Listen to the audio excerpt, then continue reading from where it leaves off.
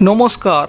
পশ্চিমবঙ্গের মুখ্যমন্ত্রী মমতা বন্দ্যোপাধ্যায় এমনিতেই অনেক সময় এমন ধরনের মন্তব্য করে থাকেন যে মন্তব্য থেকে মনে হয় না তিনি পশ্চিমবঙ্গ রাজ্যের কোনো মুখ্যমন্ত্রী হয়ে কথাটা বলছেন, বরং তার কথা থেকে এটাই মনে হয় ভারতবর্ষের বাইরের কোনো রাষ্ট্র হলো পশ্চিমবঙ্গ এবং সেই রাষ্ট্রের রাষ্ট্রপ্রধান হয়ে মমতা বন্দ্যোপাধ্যায় মন্তব্য করছেন।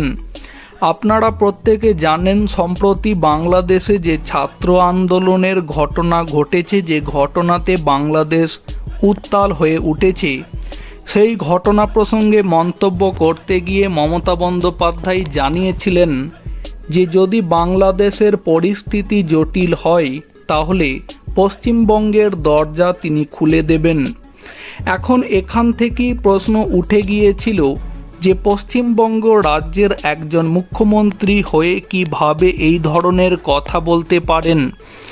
বাংলাদেশ যখন একটা আলাদা দেশ, তখন সেই দেশে কি ঘটেছে এবং সেই বিষয়ে ভারতবর্ষ অন্য প্রতিবেশী দেশ হয়ে সেই বিষয়ে কি সিদ্ধান্ত নেবে সেটা তো ঠিক করবে ভারতবর্ষের প্রধানমন্ত্রী, রাষ্ট্রপতিরা।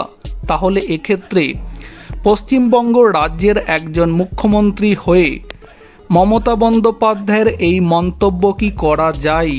আর এবার মমতা বন্দ্যোপাধ্যায় যে মন্তব্য করেছিল সেই মন্তব্য নিয়ে নড়ে চড়ে বসল বাংলাদেশের প্রধানমন্ত্রী শেখ হাসিনার সরকার। এই প্রসঙ্গে বাংলাদেশের শেখ হাসিনা সরকারের এক মন্ত্রী জানিয়েছেন, মমতার প্রতি যথাযথ সম্মান রেখে বলতে চাই, ওনার সাথে আমাদের সম্পর্ক খুবই ভালো, ঘনিষ্ঠ এবং উষ্ণ। কিন্তু তার এই মন্তব্যে বিভ্রান্তির সুযোগ তৈরি হয়েছে। আমরা তাই এই বিষয়ে ভারত সরকারকে নোট দিয়ে জানিয়েছি।